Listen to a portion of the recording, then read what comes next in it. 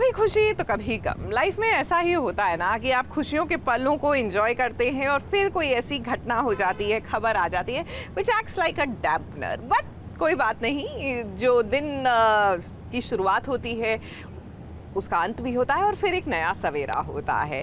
पर for the time being प्रेम लीला में लीला के लिए अंधकार ही लग रहा है, कम से कम उसको अपने जीवन में, क्योंकि उसको अभी अभी बताया गया है कि वो कभी मां नहीं बन पाएगी।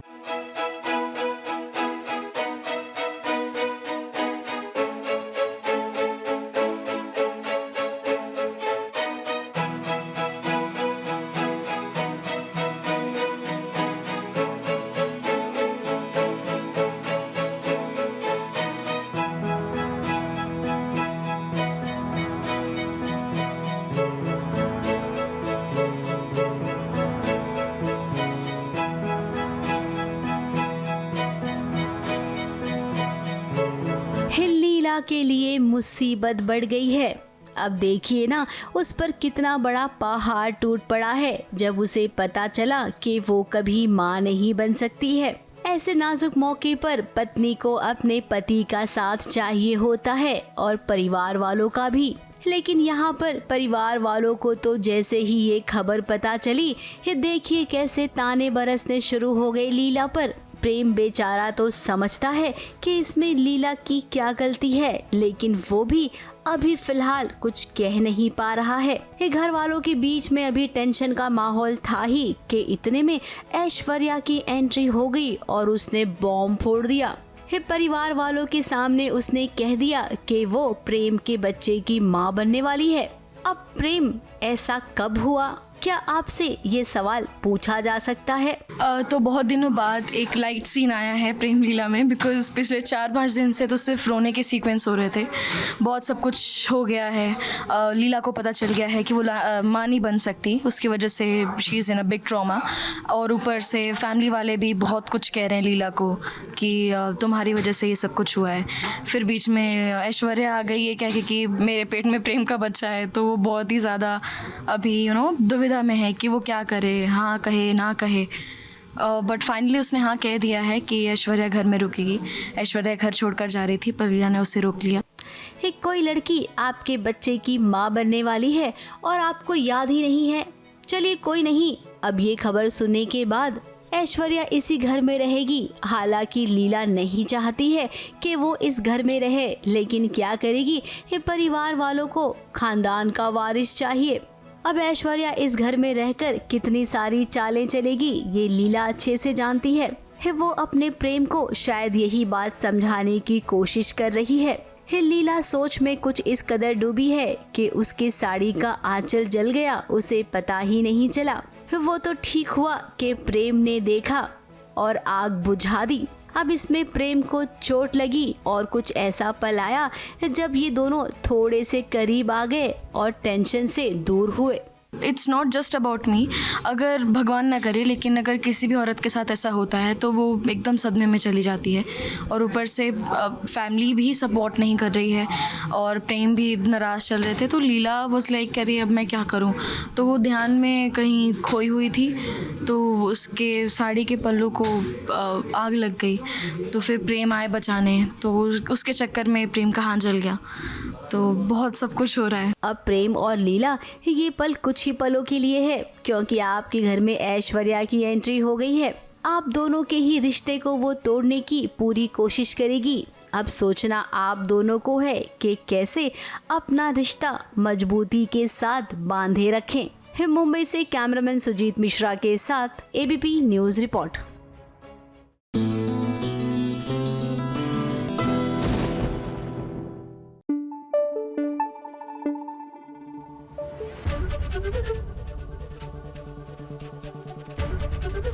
एबीपी न्यूज आपको रखे आगे। नूतन बच तो जाएगी ना? अभी कुछ कह नहीं सकते हैं, इनको 72 घंटे ऑब्जर्वेशन में रखना पड़ेगा। दादा अचानक वो शायद नहीं बचेगी, पर अचानक से हॉस्पिटल लेके गए हैं, एक आखिरी कोशिश की। झनक लड़ रही है जिंदगी और मौत के बीच की लड़ाई। और क्या यहीं से होगा झनक की कहानी का अंत? अब आप सभी तो जानते ही हैं कि शो झनक में लीप आ रहा है और बहुत जल्द ही नए एक्टर्स आपको शो में देखने को मिलेंगे। अगर इस वक्त कहानी की बात करें तो झनक की जान खतरे में है और उसे किसी ने जहर दे दिया है। इस बारे में जब मिमी ने अनिरुद्ध को बताया तो देखिए अनिरुद्ध को लगा झटका। मिमी अचानक से क्या हुआ? गांव में से किसी ने उसे जहर दे दिया है। झनक? मिमी अनिरुद्ध को बताती है कि झनक इस वक्त हॉस्पिटल में है।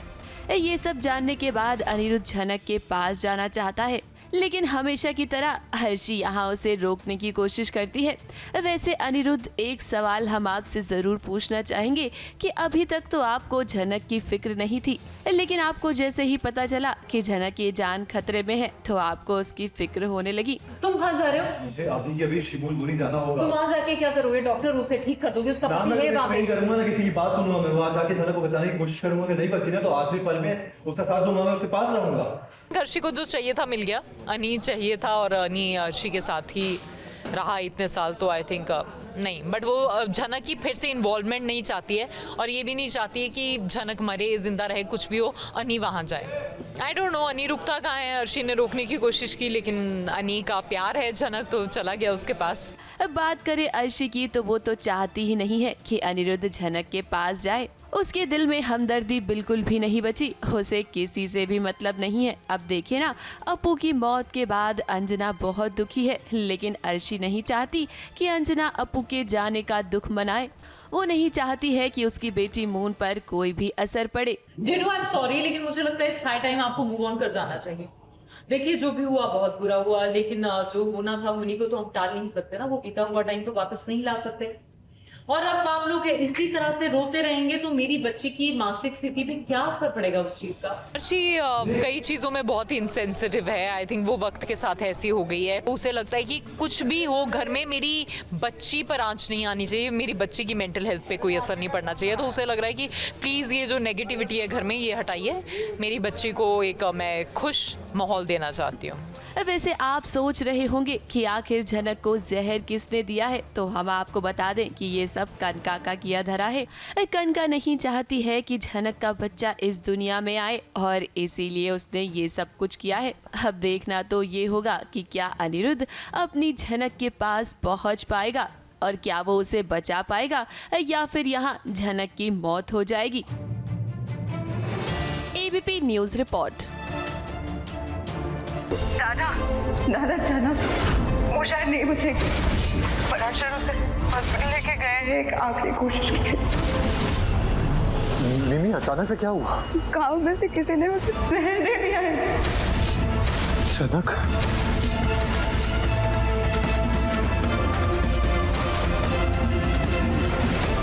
नूतन बच तो जाएगी ना? अभी कुछ कह नहीं सकते हैं, इनको 72 घंटे ऑब्जर्वेशन में रखना पड़ेगा, उसके बाद ही हम कुछ बता सकते हैं।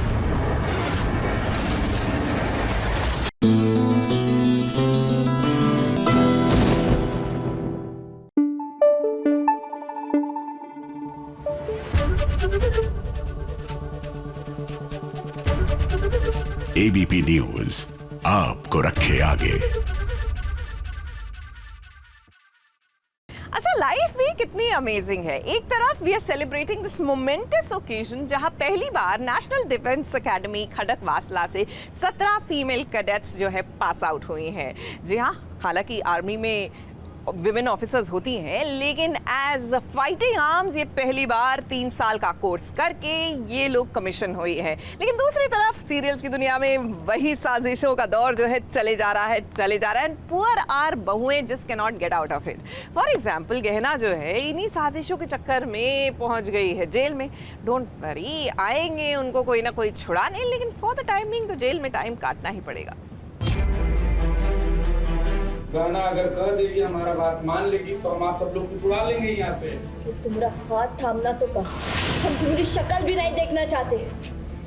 अपनी बकवास बंद करो और निकल जाओ यहाँ से, वरना हमसे बुरा कोई नहीं होगा, बता दे रहे हम तुम्हें। अरे तुम चलोगी तभी तो यहाँ से सारे लोग बाहर निकलेंगे और तुम अपने मरते हुए डॉक्टर बाबू को भी नहीं देख पाओगी। शक्ति सिंह, हमें भोलेनाथ जी पे पूरा भरोसा है, कछु भी नहीं हुआ होगा मेरे डॉक्टर बाबू को, वो बिल्कुल ठीक होंगे। तुम झूठ बोल रहे हो। भोलेनाथ ही भेजे हमको यहाँ बताने के लिए तुमको कि जाओ जाकर के अपने पति के अंतिम दर्शन कर लो, नहीं तो बाद में मत बोलना कि हमने बताया नहीं। अपने पति आयुष्मान के लिए गहना कुछ भी कर सकती है, मगर फिर भी उसके अंदर इतनी सहनशीलता है कि वो अपने आत्मसम्मान को किसी के आगे झुकने नहीं देगी।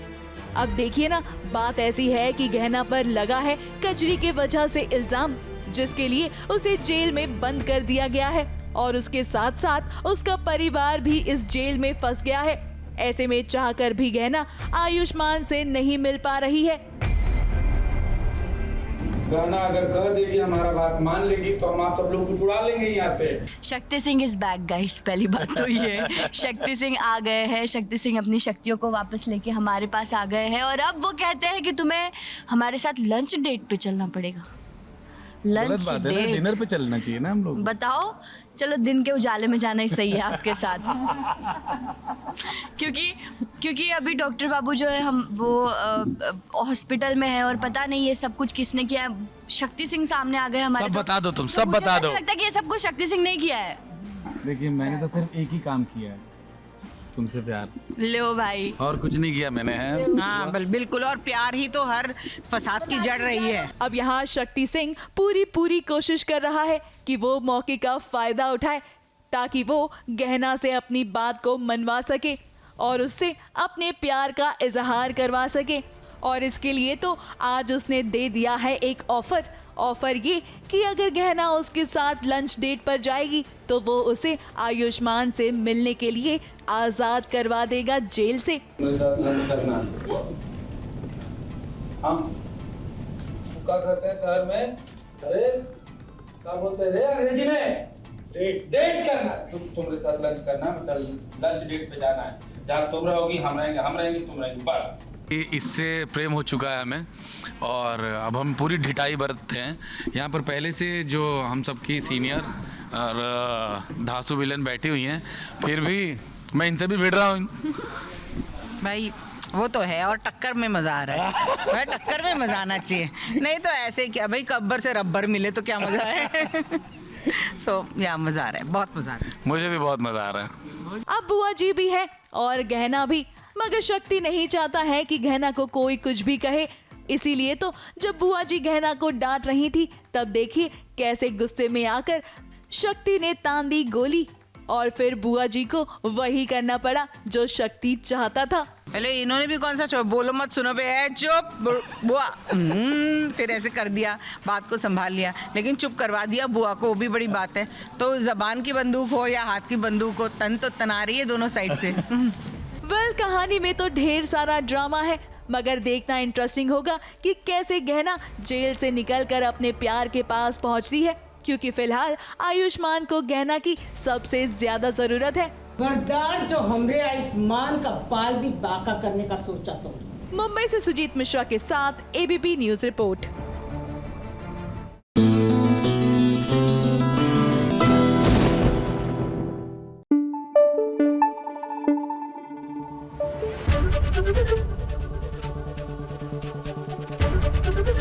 एबीपी न्यूज आपको रखे आगे। एक तो चोरी, ऊपर से सीना चोरी। भाई वाह, साइली की सास की हिम्मत की और उनके स्वैग की दाद देनी पड़ेगी। एक तो आपने गहने चोरी किए, चलो करे सो करे, उसके बाद देयर इज नो रिमोर्स छोड़िए, ये तो उल्टा अलग से ही मोड में चली गई हैं कि मुझे प्रताड़ित किया जा रहा है, भूख हड़ताल पर बैठ गई हैं।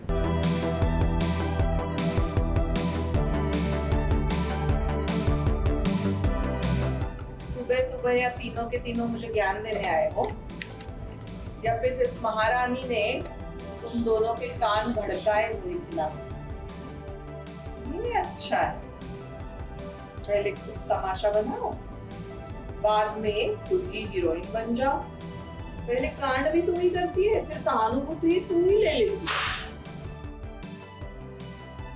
रेणुका को देखने के बाद हमेशा यही बोलने का मन करता है कि एक तो चोरी, उस पर सीना चोरी।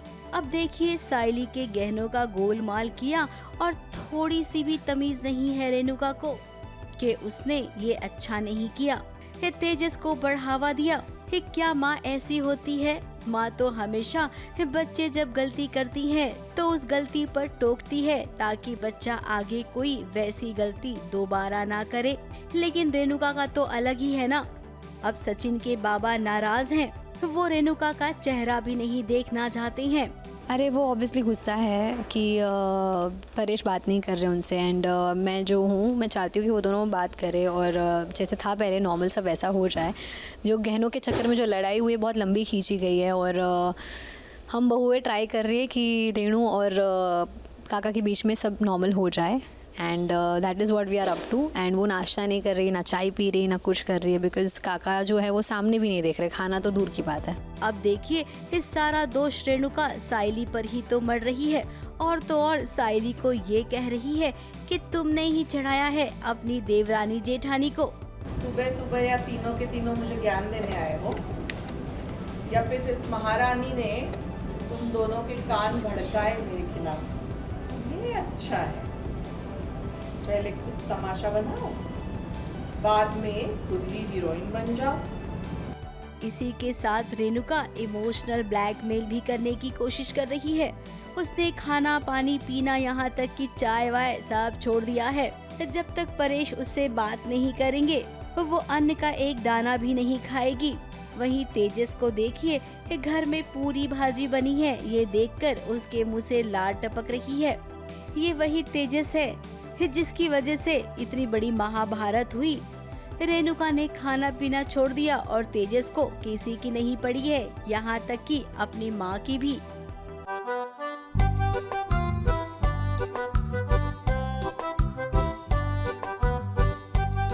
खुशबू आ रही है।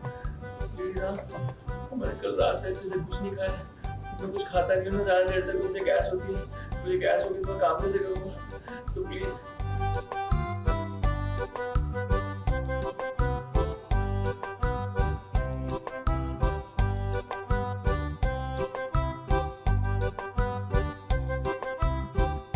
मी and Sachin we are trying our best कि काकू को रियलाइजेशन तो सॉरी की बात ही नहीं है। एक्चुअली गलती जो की है वो बहुत गलत था। एटलीस्ट जॉइंट फैमिली है, बात करनी चाहिए। It is always we are always open for discussion, so discuss करना चाहिए था उन्हें ये सब चीज़ें करने से पहले, तो पलट गई। खैर अब साइली को आदत से पड़ गई है, जो कुछ भी हो हमेशा ब्लेम रेणुका उसी पर डालती है। लेकिन इस वक्त साइली के लिए ये जरूरी है कि रेणुका कुछ खा ले, वरना कहीं उसकी तबीयत खराब हो गई तो उसका भी इल्जाम साइली पर ही लगेगा। ABP news report.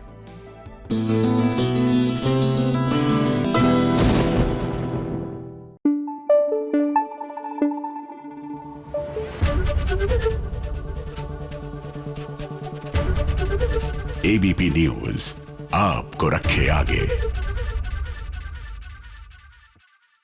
Film Sooryavansham का वो सीन याद है आपको जब ठाकुर भानु प्रताप सिंह को जहर वाली खीर खिला दी जाती है? लगता है कि लक्ष्मी का सफर, मंगल लक्ष्मी की जो जिया है वो भी उसी फिल्म से इंस्पायर हो गई हैं। तभी तो लक्ष्मी को जहर वाली खीर खिलाना चाह रही हैं।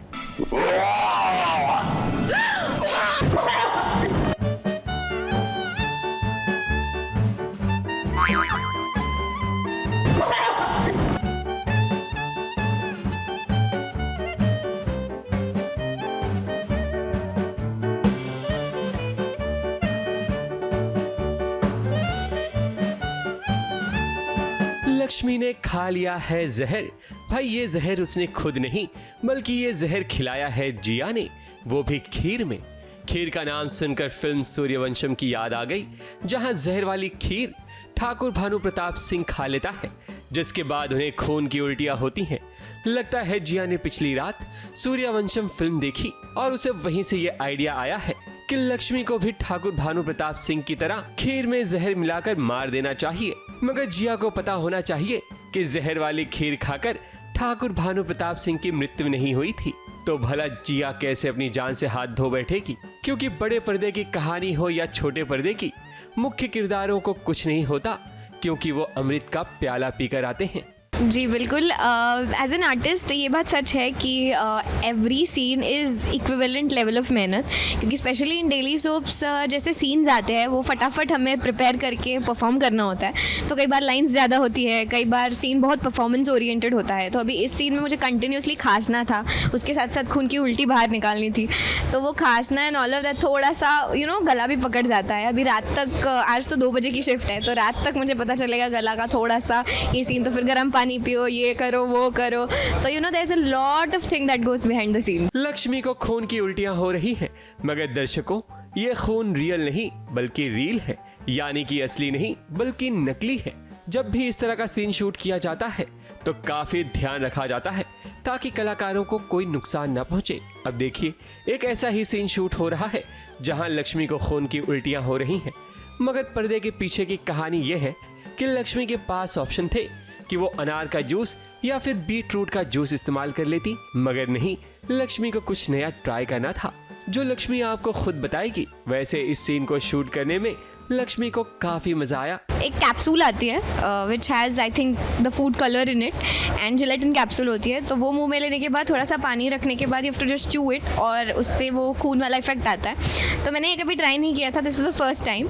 तो ये 2 ऑप्शंस थे, मैंने सोचा कि हाँ ऑप्शंस है थोड़ा सेफ ये वो, बट आई थॉट कि नहीं चलो कुछ नया ट्राई करते हैं, एक्सपेरिमेंट करते हैं, देखते हैं कैसा होता है। एंड यस, तो वो सीन में मैंने वो यूज़ किया है। लक्ष्मी की हालत जब खराब होती है तो वो सोचती है कि फोन करके कार्तिक को बता दे, मगर जिया ऐसा करने नहीं देती। खैर, कोई कितना भी चाल चल ले, मगर होगा वही जो मंजूर राइटर होगा, क्योंकि राइटर साहब की कलम लक्ष्मी की कहानी का दी एंड तो नहीं लिखेगी। Jiya Lakshmi is forever I think hate story बोला जा सकता है, जैसे लव स्टोरी होता है हेट स्टोरी, दोनों का हमेशा टशन टशन चलता रहता है। तो अभी देखते हैं कि जिया कामयाब होती कि नहीं। लक्ष्मी को खून की उल्टियाँ तो हो रही है। मुंबई से शिवानी सिंह के साथ एबीपी न्यूज रिपोर्ट।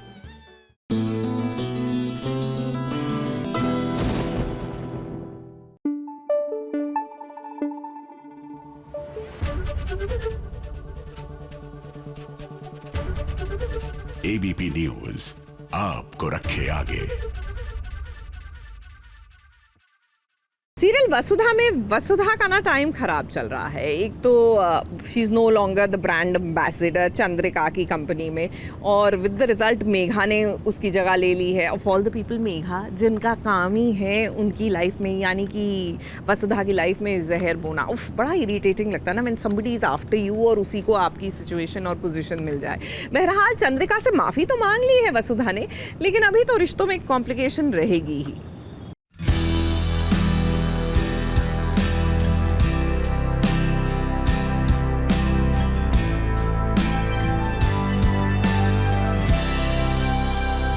नहीं बनना इतने बेस्ट है, मैं तो इस घर की रसोई में ही खुश हूँ। तुम्हारे बॉस की सेवा करनी है।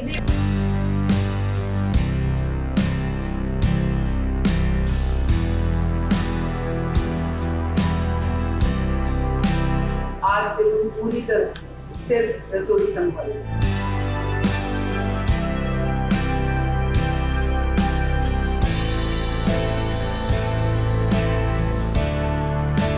कैसी लड़की है वसुधा, अपनी अच्छाई बुराई के बारे में वो तो कुछ समझ ही नहीं सकती है। अब समझेगी भी कैसे कि दुनियादारी के चक्कर में कुछ ज्यादा जो फंसी रहती है। मासा के सामने देखिए कैसे हाथ जोड़कर विनती कर रही है कि मासा, मेरी पूरी जिंदगी आपको समर्पित है। आपके और आपके परिवार वालों के साथ रहने के लिए मुझे नौकरानी बनना मंजूर है। आपका हर हुक्म सर आंखों पर, अब जो कहेंगी ऐसा ही होगा। नहीं बनना इतने बेस्ट है, मैं तो इस घर की रसोई में ही खुश हूँ। तुम्हारे बॉस की सेवा करनी है देवी। अब आप सब जानते हैं कि वसुधा कौन है। गांव-गांव में लड़कियां उसे अपना आइडल क्यों मानती हैं। मेघा ने गलत इन्फॉर्मेशन दे दी है चंद्रिका देवी को, और चंद्रिका देवी उसी बात को पकड़कर बैठ गई हैं और उन्होंने इस बात का ऐलान कर दिया है कि अब से केवल घर की रसोई संभालेगी वसुधा। आज से तुम पूरी तरह सिर्फ रसोई संभालो। और वसुधा को देखिए कितनी आसानी से उसने मासा की ये बात मान ली।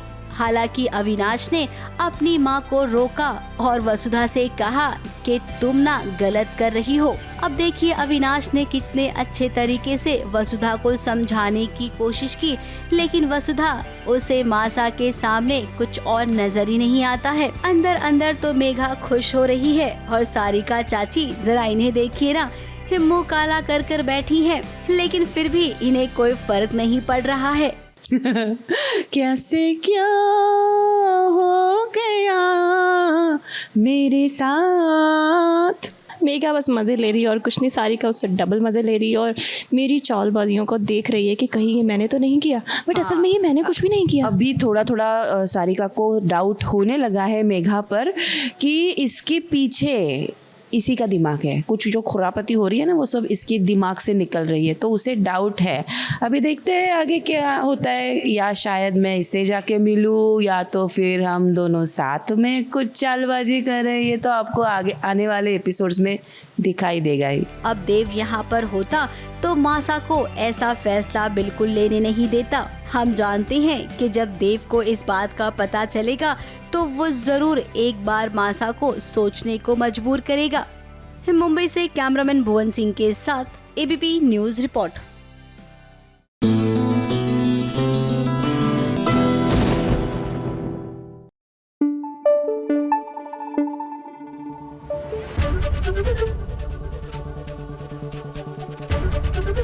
एबीपी न्यूज आपको रखे आगे।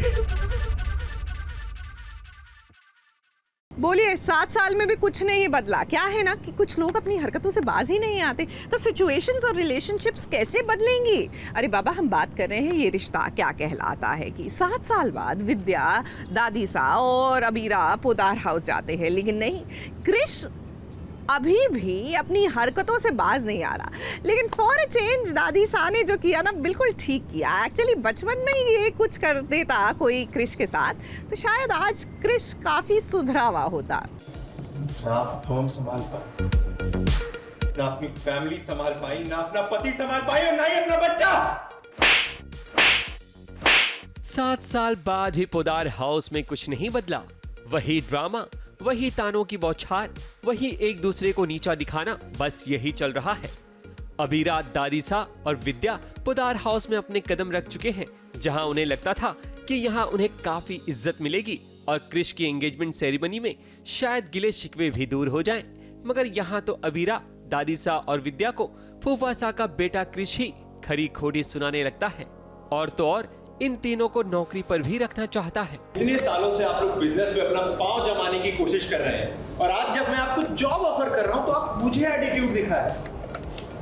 ऑलवेज रिमेंबर, अक्कड़ सिर्फ कामयाब लोगों पर सूट करती है। दादीसा का रौद्र रूप बहुत दिनों बाद नजर आया, क्योंकि जब क्रिश अबीरा पर तानों की बौछार करता है तब दादीसा क्रिश का मुंह अपने थप्पड़ से बंद कर देती है। अबीरा चाहती है कि हम आए, क्योंकि अबीरा को लगता है कि काजल, बुआसा जो है, परिवार जो है, उनकी खातिर हम लोग आ जाएं यहाँ पर। और क्रिश की तो इतना नहीं, बिकॉज क्रिश जो है वो बदतमीज़ बन गया है। अब उसने मासा और मेरी बेइज्जती की, मासा के ऊपर कीचड़ उछाला, और मैंने हालांकि ये बोला अबीरा को कि अबीरा बेटा, क्रिश अभी जो है वो अपने एकदम पापा जैसा बन गया है। अबीरा, दादीसा और विद्या हैं तो गरीब, मगर आज क्रिश और तानिया की एंगेजमेंट में बराबर मैचिंग अटायर पहनकर आई हैं। इन्हें देखकर तो लगता ही नहीं कि ये गरीब हैं। खैर, आज जब इनके कदम पोदार हाउस में पड़े तो देखो कैसे सभी एक दूसरे से खुशी से मिलने लगे।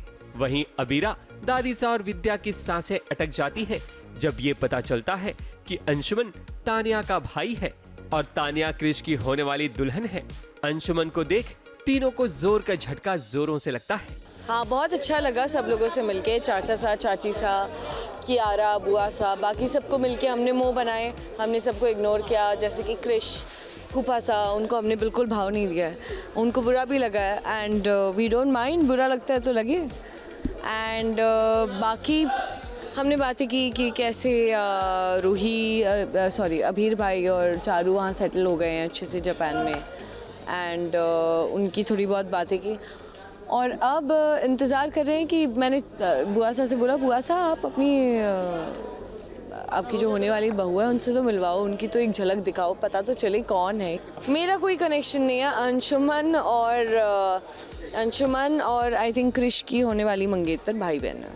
इस एंगेजमेंट सेरेमनी में अगर कोई नहीं है तो वो बस अरमान है, क्योंकि वो अपनी दुनिया में काफी खुश है। अपनी मायरा के साथ अरमान आंख मिचोली का खेल खेलता है, उसके साथ वक्त बिताता है ताकि उसे माँ की कमी महसूस ना हो।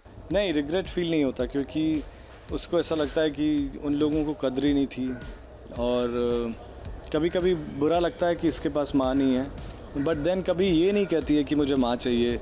इसको लगता है कि पापा के पास कोई पार्टनर होना चाहिए, एंड दूसरे लोग अब कहने लगे हैं कि शायद इसको माँ की ज़रूरत है।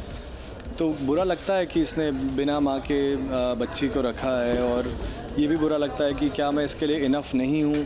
अबीरा को पहले पता होता कि उनके आने से पोदार हाउस में इतना बड़ा ड्रामा होगा तो ये लोग कभी नहीं आते, मगर कोई बात नहीं, वक्त कैसा भी हो अबीरा गुजर ही जाता है। मुंबई से प्रिया धवड़े के साथ एबीपी न्यूज रिपोर्ट।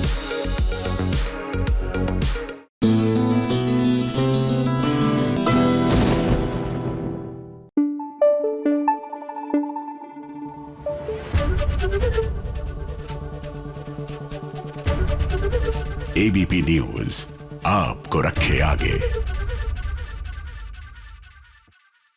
गुम है किसी के प्यार में, यहाँ सई की रिद्धि बुआ किडनैप हो चुकी है, ये तो आप जानते हैं। अब सभी तो परेशान है ही इस पूरी सिचुएशन को लेकर, एंड एडिंग टू दैट परेशानी इज पुअर सई। मतलब वो जानबूझकर ऐसा कुछ नहीं कर रही, बट शी इज मिसिंग हर बुआ, और कितनी प्यारी सी ड्राइंग बनाकर लाई है। बस ऐसे में सभी ने भी तय कर लिया है कि रिद्धि बुआ को वापस लेकर आएंगी वो सई के लिए।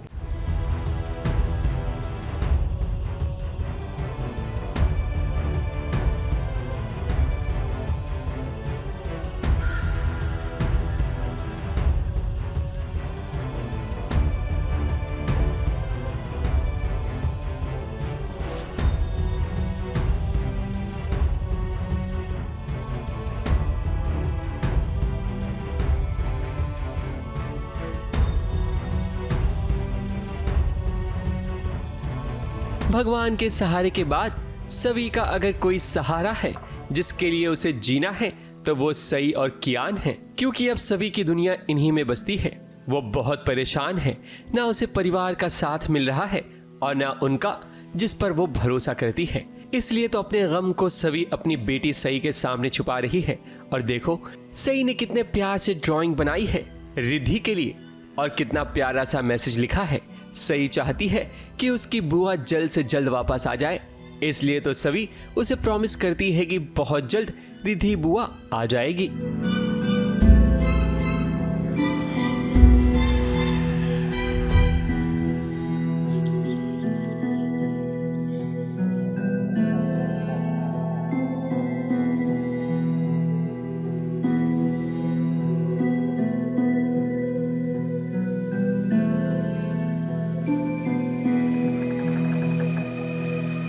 सही भी एक छोटा सा मोमेंट है जहाँ सही कहती है कि मुझे ना रिद्धि बुआ को मैंने एक ड्राइंग बनाई है वो भेजना है, क्योंकि मुझे बहुत याद आ रही है उनकी।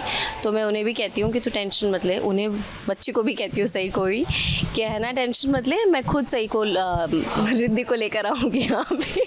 सभी की अग्नि परीक्षा चल रही है और देखो ऐसे में पहुंच गया है श्रीचंद, जिसने सारा खेल रचा है, मगर सभी इस बात से अनजान है। श्रीचंद खुद आता है सभी का हाल जानने के लिए कि आखिर सभी कैसी है, पर सभी कुछ भी बताने से इनकार कर देती है। वो उसे सिर्फ इतना ही कहती है कि सब कुछ ठीक चल रहा है, मगर ऐसा है नहीं। मुझे नहीं पता होता कि श्री भैया का काम है, मैं तो उन पे बहुत ट्रस्ट करती हूँ, बट अभी मैं सच उन्हें भी नहीं बता सकती, इसलिए मैं उनसे भी झूठ बोल देती हूँ। सभी को आज नहीं तो कल श्रीचंद की सच्चाई का पता चल ही जाएगा, मगर सुनने में आ रहा है कि गुम है किसी के प्यार में की टीम 7 समंदर पार जाने वाली है शूटिंग के लिए। मगर ये बात जब हमने सभी से पूछी तो देखो उन्होंने क्या कहा। ये तो आई थिंक चैनल को पता होगा, हमारे मेकर्स को पता होगा जो स्टोरी लिख रहे हैं, क्योंकि अब तक वो स्टोरी मेरे पास नहीं आई है कि मैं कैसे खुलासा करूँगी। बट हाँ, ऐसी बात हो रही है स्विट्ज़रलैंड जाने की, बट टाइम नहीं है तो हम कुछ करेंगे यहीं पे जुगाड़। देखते हैं अब जा पाएंगे कि नहीं जा पाएंगे। खैर हम तो बस यही चाहते हैं कि सभी को जल्द से जल्द ये पता चल जाए कि रजत का कातिल कौन है, ताकि सभी अपनी परीक्षा में कामयाब हो जाए। मुंबई से शिवानी सिंह के साथ एबीपी न्यूज रिपोर्ट।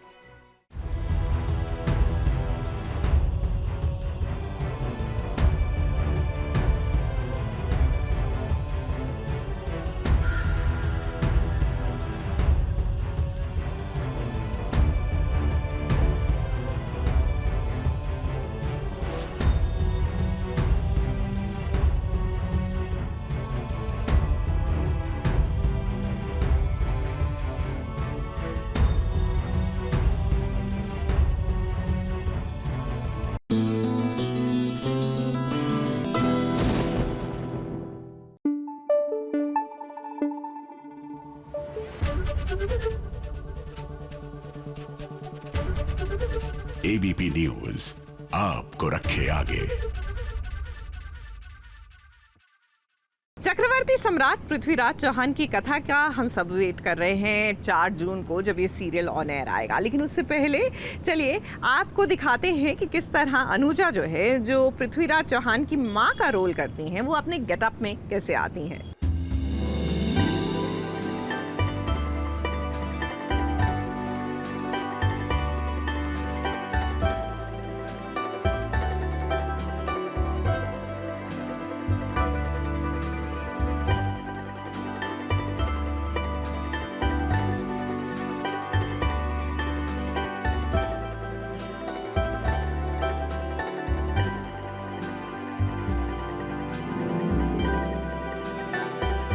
नमस्कार, मैं हूं अनुजा साठे और आप मुझे देख रहे हैं सास बहू और साजिश में। आज मैं आपको दिखाऊंगी कि फ्रॉम अनुजा मैं कर्पूरा देवी कैसे बनती हूं। यू नो, आप मुझे देखने वाले हैं बहुत जल्द 4 जून से शाम 7:30 बजे सोनी एंटरटेनमेंट टेलीविज़न पे शो लेके आ रहे हैं हम, चक्रवर्ती सम्राट पृथ्वीराज चौहान। तो आइए देखते हैं मेरा ट्रांसफॉर्मेशन कैसे होता है।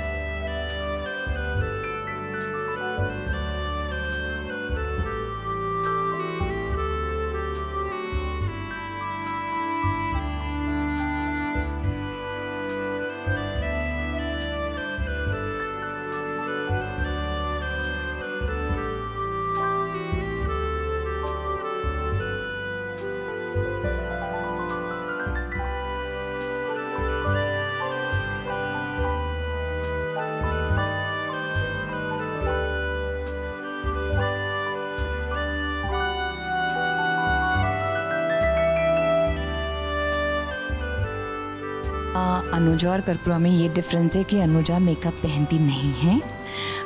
मुझे अच्छा नहीं लगता मेकअप पहनना, बट मेकअप लगाना, एंड आई थिंक ये बहुत इट्स वेरी अनयूजुअल एक एक्टर ये कहे। पूरा का why I like this makeup क्योंकि वो बहुत नेचुरल है और मेरी पसंद जो है it's very close to that. So ये डिफरेंस है। और ऑब्वियसली आप देख सकते हैं मेरे रियल बाल तो इतने लंबे नहीं हैं, so that's the biggest difference. For every Indian woman हम जब बिंदी लगाते हैं, टीका करते हैं, जब कोई भी शेप साइज़ जो भी है, हमारा लुक बदल जाता है। तो आई थिंक वो मेरा सबसे फेवरेट है पूरे लुक में। मेकअप तो मेरा हो चुका है, बाल बन चुके हैं, तो मैं आपको मेरा कॉस्ट्यूम दिखाती हूँ। आइए।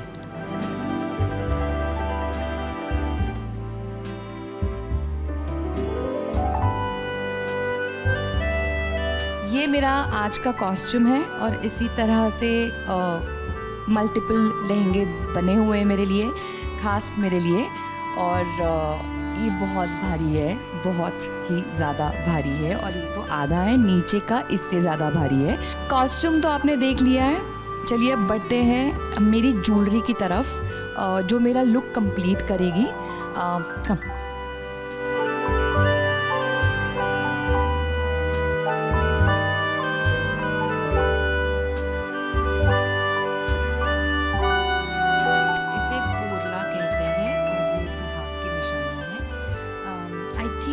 हिस्टोरिकल्स में हम जो रिप्रेजेंट कर रहे हैं उसमें ये चीज़ बहुत इम्पॉर्टेंट है। तो ये एक्चुअली ये मेरा बहुत मतलब सबसे फेवरेट गहना है, which is a head piece जो यहाँ लगेगा। ये एक हेड पीस है। दिस इज़ जस्ट क्या कहते हैं, ये मतलब बोले की सुंदरता बढ़ाता है। ये नथ है, नोज रिंग, और आपने ये कई बार देखा होगा कि ये इसे कैसे पहनते हैं। ये मेरा पायल का सेट है। पुराने ज़माने में लड़कियां पायल पहनती थी, आजकल हम नहीं देखते कि कोई पायल पहनता है, लेकिन आई थिंक जब हम हिस्टोरिकल्स कर रहे हैं और जब हम पुराना ज़माना दिखा रहे हैं तो कुछ चीज़ें बहुत मैटर करती है। तो payal is one of the most important gahna, और ऑब्वियसली रानियाँ पायल पहनती थी, बहुत सारे अलंकार पहनती थी, गहने पहनती थी, जो ऐसे दिखने में पता नहीं चलेगी, लेकिन ये जो झुमका है इट लिटरली ब्रिंग्स माय कान नीचे। तो क्योंकि मतलब आप उसको कितना भी सपोर्ट दे दो, इसका वज़न बहुत है। तो ये एक 1 सेट ऑफ झुमका है। मेन सारी चीज़ें दिखा दी है, कॉस्ट्यूम पहनना बाकी है। कॉस्ट्यूम आपने देख लिया, तो अब आप मुझे देखिए जब मैं मेरे लुक में आपके सामने आती हूँ।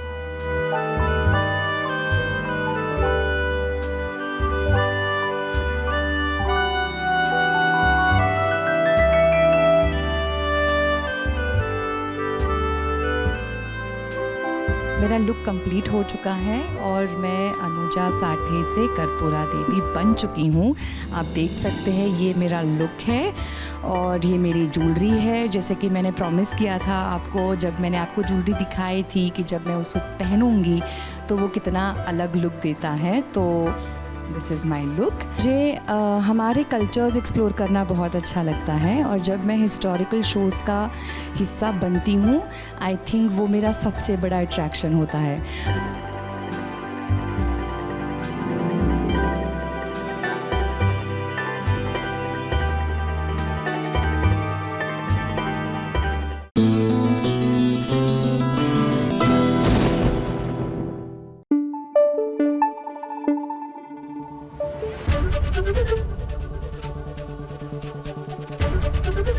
एबीपी न्यूज़ आपको रखे आगे।